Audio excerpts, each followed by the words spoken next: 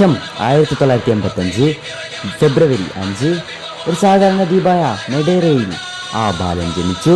മറ്റോ സൗകര്യങ്ങളോ ഇല്ലായിരുന്നു. പക്ഷേ ഒരു സ്വപ്നമുണ്ടായിരുന്നു, ലോകത്തെ ഏറ്റവും മികച്ച ഫുട്ബോൾ താരമാകുക. സ്വപ്നത്തിനായി അവൻ വിയർപ്പൊഴിഞ്ഞു. മറ്റുള്ളവർ ഉറങ്ങുമ്പോൾ അവൻ പരിശീലിച്ചു. മറ്റുള്ളവർ തളരുമ്പോൾ അവൻ വീണ്ടും ഓടി.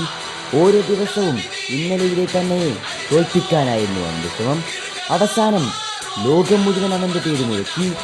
അതെ, ക്രിസ്ത്യാനോ റൊണാൾഡോ.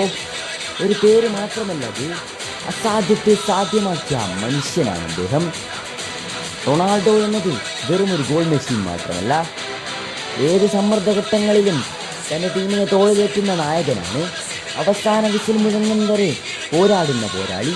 ആകാശത്തേക്ക് ഉയർന്ന് ഹെഡർ ചെയ്യുമ്പോഴും തിമിന്നൽ പോലെ പന്ത് വലയിലേക്ക് പായിക്കുമ്പോഴും കാണികളുടെ ആഘോഷം കാണും.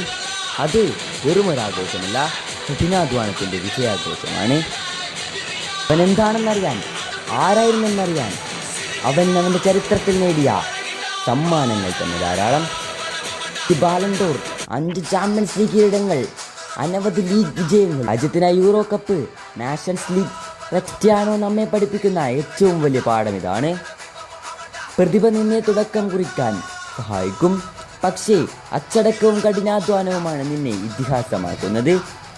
അതുകൊണ്ട് ലോകമെമ്പാടുമുള്ള കോടിക്കണക്കിന് ആരാധകർ പറയുന്നു, ഫുട്ബോളിൽ പല മഹാത്മാരും ഉണ്ടാകും, പക്ഷേ അസാന്നിധ്യത്തെ വെല്ലുവിളിച്ച് അധ്വാനത്തെ ആയുധമാക്കി ഓരോ തവണയും സ്വയം പുതുക്കിയെഴുതിയ പോരാളിയുടെ പേര് ദാറ്റ്സ് ക്രിസ്ത്യാനോ റൊണാൾഡോ.